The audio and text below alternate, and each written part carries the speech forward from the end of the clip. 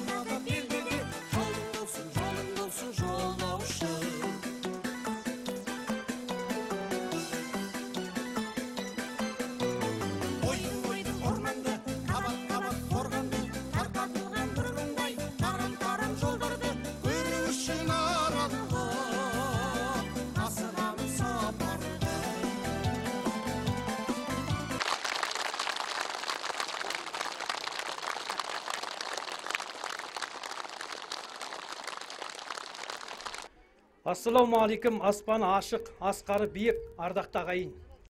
Есен сау тұрдыңыздар ма? Екран алдындағы елдігі асқақ ән болған, ерлігі жақыт жыр болған қымбатты туыстар. Жолаушы салиқалы өмірдің жолаушысы. Жолаушы қазақи көңілдің жолаушысы. Жолаушы баябан даламның жолаушысы. Жолаушы бағзы бабамның жолаушысы. Жолаушы құнарлы ділімнің жолаушысы. Жолаушы шырайлы тілімнің жолаушысы. Жолаушы дәстүрі мен салтымның жолаушысы. Жолаушы қарапайым қалқымның жолаушысы. Ел ананың, ата жұртының арға оранған ай тұмарлы өнерін ардақтап, жомарт даланың төсінен, қазыналы халықтың қап ішінен рухани құндылықтарды іздеп ел ішіне жол алған жолаушыларыңыз мінекей тағы да сәрсенбінің сәтінде мынау бірлігі жарасқан, тірлігі шалқыған тағы бір қазақтың қоңыр ауылы Қойлы. Халық қайда болса қазына сонда деп, өнердің қаранарының бидасын жетектеп, аяқ жеткен жердің бәріне ақ сәлемін жеткізіп жүрген жолаушыларыңыз бүгін мінекей ұлының ұлықтайтын ерлігі бар, қызының қызықтайтын қылығы бар күнес дейін күлтелі елге, салиқалы жерге келіп отыр. Дәлірек айтсақ, бүгін жолаушыларыңыз мынау гүл көнестің, керім көнестің келбетті ауылы Кеңсу ауылына кеп, осындағы ауылдастармен бірге өнер дастархан жайып отырмыз. Ал енді мынау келбетті, келісті Кеңсу ауылының жағдайы қандай екен, осындағы ауылдастарымыздың жағдайы қандай, әуелі сөз кезегін ауыл басшысына береміз. Біздің Кеңсу ауылы 1984 жылы құрылған ауыл болып, көлемінде 5 әкімшілік қыстақ, 2 орта мектеп, бір бастауыш мектебі бар, жалпы 9-лықтан құрам тапқан 13 мың жан саны бар ауыл. Ауданымызда мәселе алып айтатын болсақ, жылына бірнеше рет атбәйге жарысын өткізіп тұрады.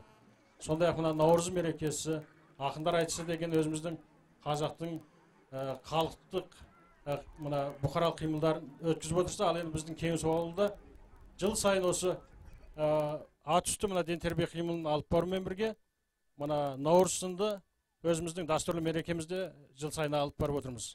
Бүгінгі мына атбәйге сынды мерекемізде мәселе мына атбәйге жарысы болса, одан кейін мына көкпер, қызғуар, одан кейін палуан, бұқа тарс, одан кейін қазақша көкпер тартыс сияқты қимылдарды алып барумен бірге мына сиыр мал нәсілін бағалау.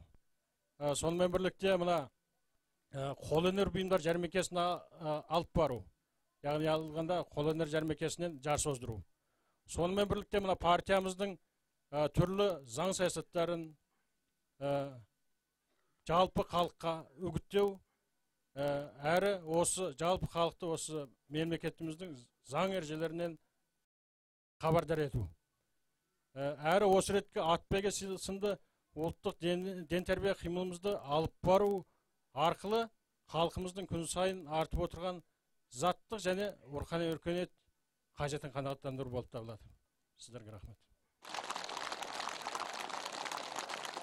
Экран алдындағы құрметті көрермен, мынау біз Ленин апай төсіне орналасқан мынау Кеңесу ауылының тамаша табиғатымен, осындағы ел жұртпен танысып жатырмыз. Енді осы орайда осындағы халыққа жолаушыны алыстан шақырған. Бірліктеріңіз жарасып, тірліктеріңіз күн сайын гүлденіп, мынау болашақта дәулетті, сәулетті бола беріңіздер деген тамаша игі тілегімізді білдіреміз. Рахмет сізге.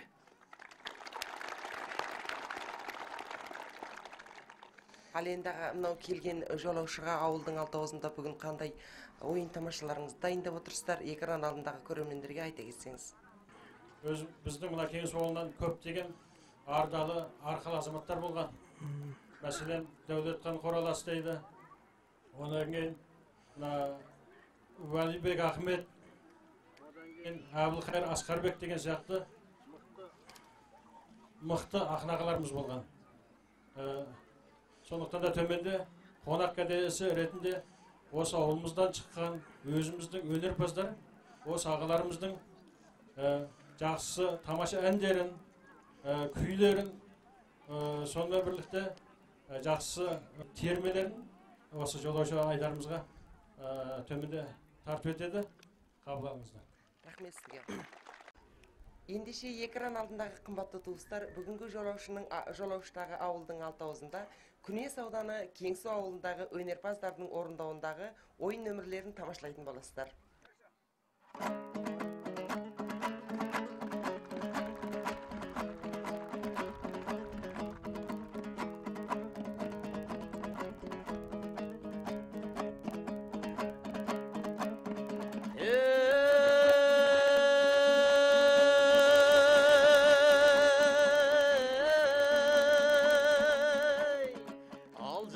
Жарандар кеңесіме қараңдар, неше түрлі адам бар, жақсы да бар, жаман бар. Тарықтай біл бәрінде түсін алмас надандар, кім көнеді жәбірге, неше қилы заман бар. Жасанама жақынды, болам десең ақылды, қадірлей біл ақынды, қастерлей біл батырды. Дұшпаныңа қабағың сесті болсын қатулы, жарқын болсын жанарың, аялай біл жақынды. Орындалар талабың, бәйтексең де басыңды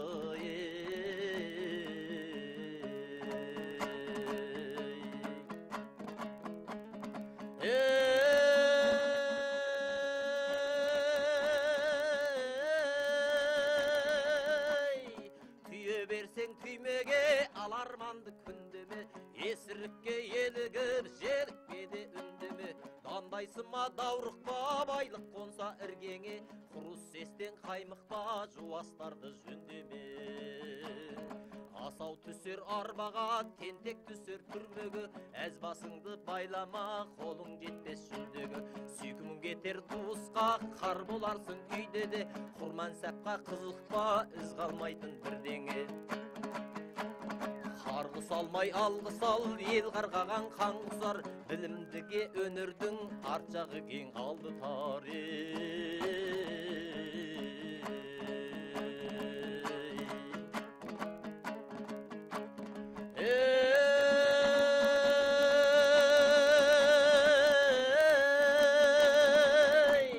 Құрметім бұл достардың, мәні сұнық жоспардың. Сауабы бар дейді жұрт, екі жасты қосқанның. Залалы бар дейді жұрт, болашақты тосқанның. Жай өткізіп өмірді, қалма енді бос қалдым. Басы сыймас қазанға, екі бірдей қошқардың. Малым түгел болғанға, деме енді жоқ қайғым. Басың аман болғанға, деме еркін оттаймын де.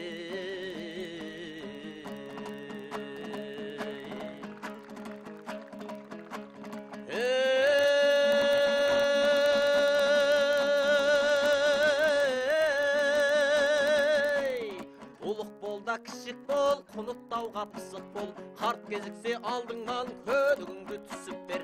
Болмайды елді жалғызған, көп шақырса ұшып кел, ренжісе қайбір жан соңын тауып күтіп көр. Орнысызда мін тақпа, бойысын ба жыр тақпа, Алымдыдан ауыз түй келсе келмес шырқатқа, татың қалса бір тақта мұра болар ұрпаққа. Өсекшіден байқап жүр көңіліңде сырсаққа, өмір жолы қайқан бұл түспе қиын бұлтаққа. Алтындай кен адамды қазып алар кім тапса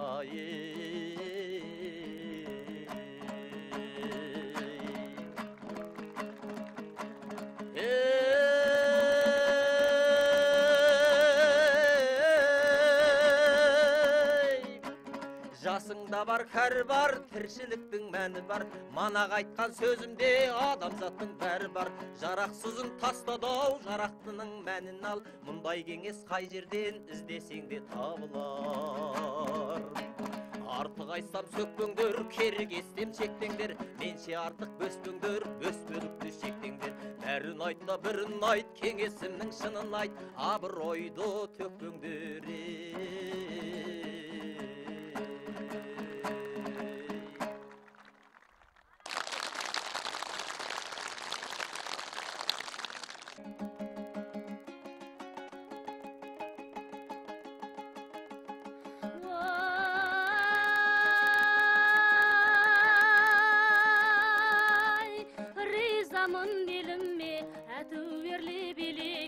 Жүрмесем кейде жөнімме, сен қалайсың демеген. Елім күлсе күлемін, ел қуанса қуанам. Елім мана жүрегім, әлдейін құшы қуанам. Ел іші алтын бесігім, есірке баят тербеткен. Ел аузында есімім, елім үшін ер жеткен. Тәрбиелеп өсірген, бағып баптап жасымнан. Еркелік есем кешірген, құс ұшырмай басымнан.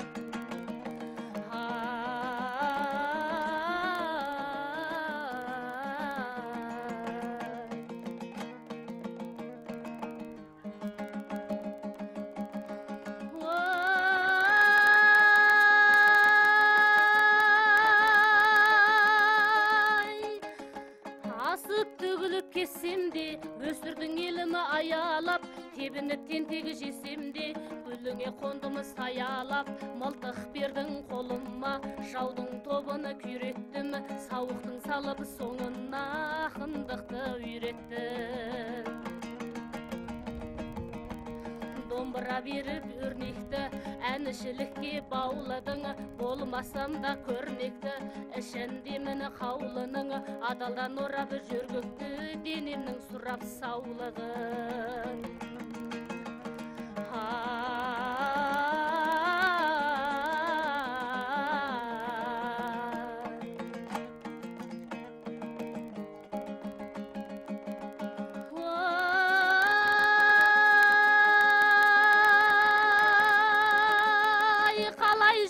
Жол беріп, шау жайымнан қақпадың, қалымды біліп қол беріп, қауіптен аманы сақтадың.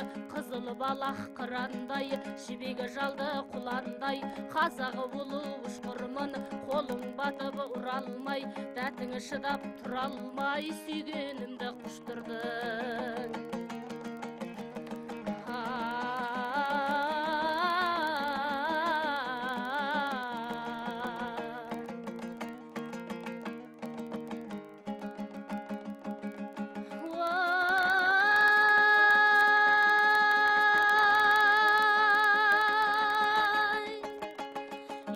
Тепкен құлынның ет ауырбас дейделім, еркелеткен ұлыңмын жағасындай жейденің.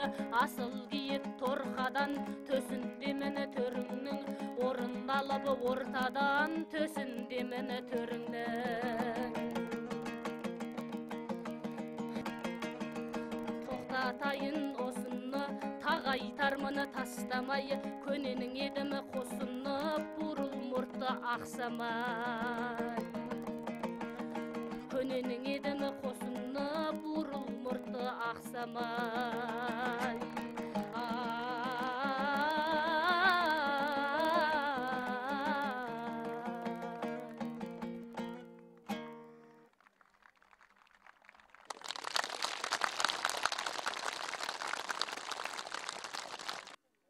Қымбатты көрермен, сіздердің тамашалап көріп отырғандарыңыз мынау сүйікті жолаушыларыңыздың Күнес ауданы Кеңесу ауылында жайған өнер дастарханы.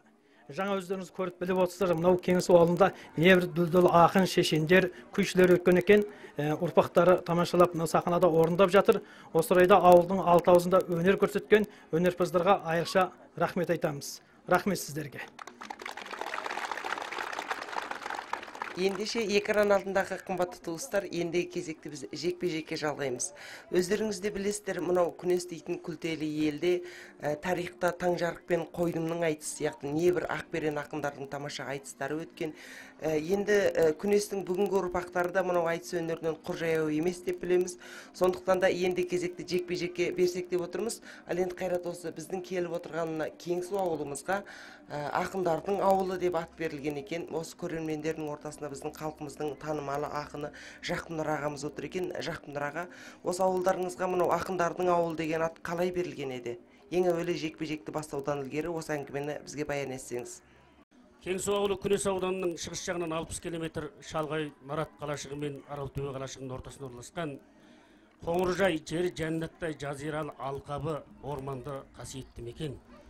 Осы мекенде мынау Күнес сахарасында азуын айға білеген ұлы ақын бабамыз Таңжарық пен саусағынан сағым ойнаған күйші Әшім бабамыз шығып өнердің қос жұлдызы атанған, өркениеттің қос жұлдызы болған.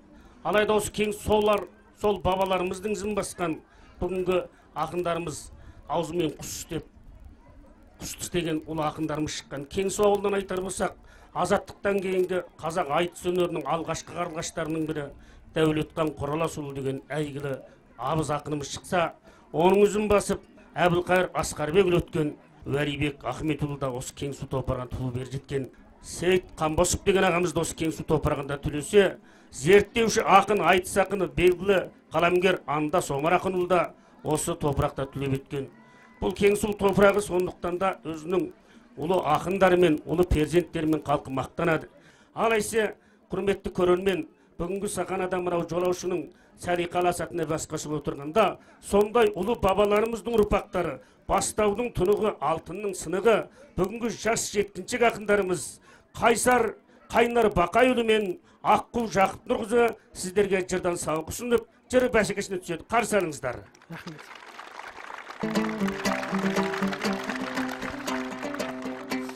Ай, халықпыз қалынасы сарқылмаған,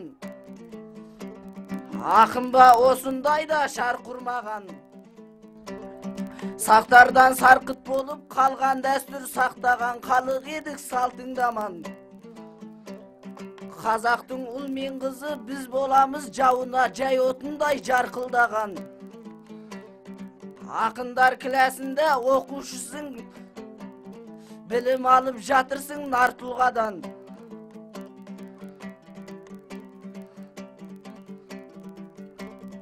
Әпекемнен қандай жыр шығар екен, ақындарға шабытты сыйламай ма халықтың шапалағы шартылдаған. Жолаушы сәті түсіп келген кезде ән адыра қалмай ма айтылмаған. Ассалаумағалайкум абызғалық,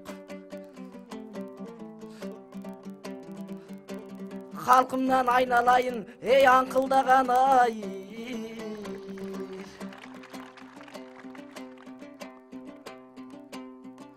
Мен сөзімді айтайын, тыңдаңыздар жырымды. Айтыс деген дәстүрім бабадан қалған бұрынғы. Қорғаштамай қызыңды, қолпаштаңдар ұлыңды. Кезегіңді берейін, кезейін кездік тілімді. Арысқа түскен балуандай көрсетіп тұрсан қырыңды. Мен қазақтың баласы желдіреткен туыңды ай.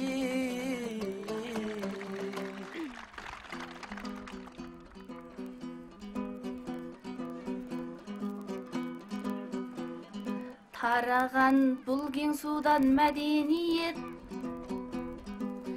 сол үшін өлең айтам әдемілеп. Ағалар мұны тұрған алқаледім қабылда аққу қыздың сәлемі деп әгигәгім ай. Армысың қалқым менің қар ормандай, пейілі дарқандықтан жаралғандай. Келгенде үкіленіп ортаңа бұл болмайын айтар сөзден қамалғандай. Гүлденген мынау кең су қалашығы, нәр алған берекелі заманнан бай әгигәгім ай.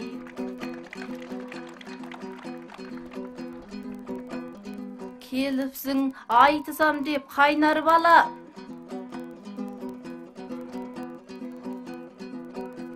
өнерге ерте құшақ жайған бала. Жаңа шықты қауырсын қанатымыз, биікке жеткізеді арман ғана. Аққу саған құрықты салғал отыр, абайла жан жағыңнан аңғал бала, әгигәгім ай.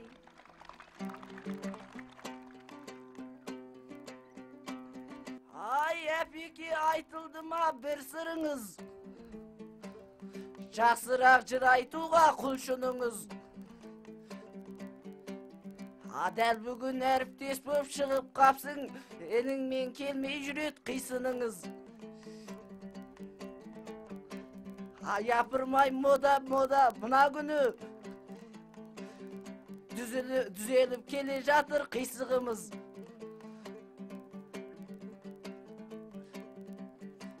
Әй әпеке, өзіңе таңғаламын, шашыңызден ұзын қой, кірпігіңіз ай.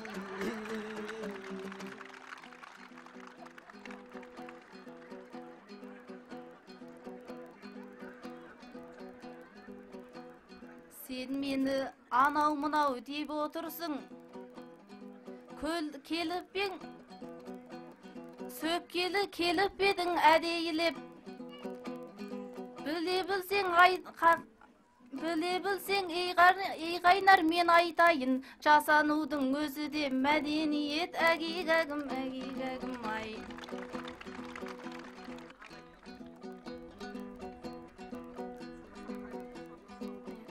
Екеуміз бір ауылдың түлек едік, атана ардақтаған жүрек едік.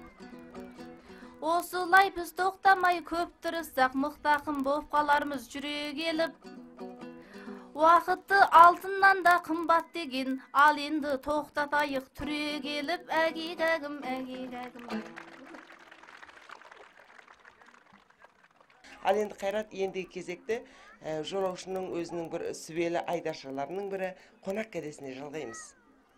Мен қазір мына жерге керістіп бір завод құрып берем. Оқыған бала, тоқыған бала бақытқыл сол заводты жүргізеді. Өздеріңіз нақ майданнан көз айым болдыңыздар. Қанекей.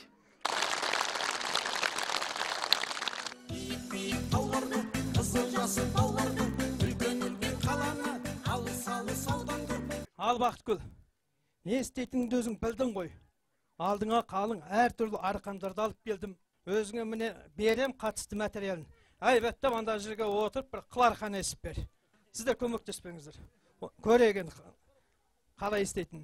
Екран алдындағы қымбатты көрермендер, енді Қайраттың мынау ұзын арқан кең тұсаумен кеткенде де бірнеше айдың жүзі болған еді. Арқанды тағы сағынып қалыпты. Онда кәне тұсау есесің бе, шетел есесің бе енді. Өз қолыңа берді қатысты материалдарын. Келіңіздер, сіздерді көмекке шақырам. Әуелі сіздің алдымызда көп арқан жатыр екен, осылардың түрін айтып берсеңіздер. Бұл арқан деген біздің қазағымыздың бір тарихтан келе жатқан мұрасы, дәстүрлі қолөнері болып, бұл біздің тұрмысымызда кем болса болмайтын, көшпенді халық болғандығымыздан тұрмысымызда кем болса болмайтын бір түрлі бұйымымыз есептеледі. Бұл арқан менен біз алты қанат ағордамызды, қасиетті қарақосымызды тұрғызамыз. Бұл өзі арқан жіп, тең жіп, құр деп бірнеше түрге бөлінеді. Алдыда мен сіздерге осыны бірлеп таныстырып өтейін.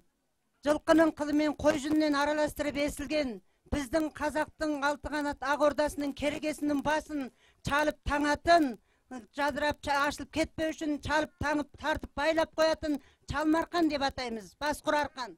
Мынау біздің алты қанат Ақордамыздың үзігінің сыртынан тағылатын, маңдайдан басылып тағылып тұратын жылқының, ешкінің қылынан есіліп ұзылған құр деп атаймыз. Мынау қашаған жылқымызды ұстайтын, байлаған биелеріміздің құлындарын ұстайтын чалмарқан деп айтамыз. Қылдан есілген. Мынауымыз жаңағы алты қанат Ақордамыз бен қасиетті қарақосымыздың түңілігінің төрт жағынан тартып байлап қоятын түңілік бауы деп айтамыз. Ешкінің қылынан есілген. Мынау жаңағы алты қанат Ақордамыздың уғының қарнынан чалып байлайтын чалмажып деп айтамыз. Бұны және ары бері көшкөнімізде, жүгімізді артқанда теңжіп есебінде есептейміз. Бұның ролы өте жоғары. Құзар чаттардан, асқар таулардан асқанымызда жүгімізді аудырмайтын, басымызды ауыртпайтын мықты құралымыздың бірі болып есептеледі. Мынау және сол алты қанат Ақордамыздың, қарақосымыздың керегелерін, қоспаларын таңатын, есіктің екі жақ жанын таңатын құр деп айтамыз. Бұны да сол қылдан есіп, құрғы бұзып шығамыз. Мынау үйдің сыртынан тартылып белдеу арқан деп аталады, тартып байлап қоямыз. Мынау құлындарымызды байлайтын, жайлаудың сәнін, қалқымның әнін келтіретін, сарғымызды сапырғанда құлынды тектеп қоятын жел арқан деп айтамыз. Мынау қарағылдан өстіп, есіп, үш тілдіғып, сөненгейін үш жігіт үш жерінен тартып, арқан қып ширататын жаңадан есілген қыл арқанымыз. Қол өнеріміздің ең бастамасы осыдан басталады. Мынау кигіз үйіміздің сыртынан жел алып кетпес үшін үзіктің сыртынан керегенің екі жағынан басып тартып, байлап қоятын қазықпенен бастырық арқан деп айтамыз. Мынау және көшкенде жүгімізді артатын, теңжіп және ұзатқан қыздарымыздың сандығының түбіне салатын дәстүрлі бүйбіміздің бірі теңжіп деп айтамыз, алалап есіледі. Мынау ешкінің қылынан есілетін, бірін оң, бірін теріс қып есетін, үзігімізбен түңілігімізді, туырдығымызды жиектейтін жиекжіп деп айтамыз. Мынаны бұзауымызды байлайтын мойынша деп айтамыз. Асау құлындарымызды жаңағы тиекпен тиектеп үйрететін ноқтажып деп айтамыз, атаймыз. Мынау сайгүліктерімізді, жорғаларымызды ноқтасының төңгесінен байлайтын чылбыр деп атаймыз. Біздің қазақтың арқан жібінің түрлері өте мол, айта берсек әлі де таусылмайды. Әдетте сәби балаларымыздың тұсауында осындай жіпті жіңішкертіп бесіп, немесе ұршықпен еріп, тұсауын кесіп той жасаймыз. Бізде дәстүрлі салт сана, қол өнер деген толып жатыр көпшілік, бәрін өздеріңіз білесіздер. Экран алдындағы қымбатты көрермендер, біз осыншама көп ата дәстүр салтымыз бар, қандай бақытты халықпыз. Мінекей жаңа апамыздың таныстырып жатқан арқандары бүгінгі мынау техникасы дамыған дәуірдегі заводтардан шығатын солеу арқандардың түрінен әлдеқайда мол және әлдеқайда артықтығын байқап жатырмыз. Біз әрине ата дәстүр салтымызбен мақтанамыз, ағайын. Жарайды, онда Бақтықұл енді мына жерлерімізді алып келген екен. Мынау арқанды қалай есет, қысқаша бір таныстырып өтсеңіздер. Мынау арқанды есіп болғаннан кейін біз арқанды әдетте мынандай үш бөлек қып есеміз. Бұны арқанның үш тілі деп атайды. Бұл үш тілді осындай үш азамат анандай нәрсеге байлап алып, соның кейін оң жағына қарай арқанның есілген жағына қарай бұрап, ана жақтан бір адам чиратады. Арқан тартамыз деп айтамыз бұны. Бұны тартқанда мына арқанды чиратып тұрған үш адам тең тұру керек. Арқан біргеркі чиратылу керек. Мысалы бір адам босырақ ұстап, енді бір адам тартып табандап алса, арқан тегіс чиратылмай, бірі ішінде, бірі сыртында қалады. Сондықтан бұның талабы тегіс тұрып, тепе-тең тарту керек, және әбден чирықтырын қарап, чирату керек. Ана жақта тартқан адамда буынын жиі салып, әдемілеп чирату керек. Мінекей экран алдындағы қымбатты көрермен достар, жолаушыдағы бүгінгі қонақ кедесінде біздің халқымыздың арқан есі өнері туралы, сондай-ақ арқанның түрлері туралы әңгіме болды. Бағанадан кейінгі ұрпақтарына біздің қазақ әйелдері арқанды қалай еседі, сондай-ақ арқанның қандай түрлері бар деп толық түсіндіріп берген Самаржақ әжемізге айрықша алғысымызды білдіреміз. Келесі кездескенше сау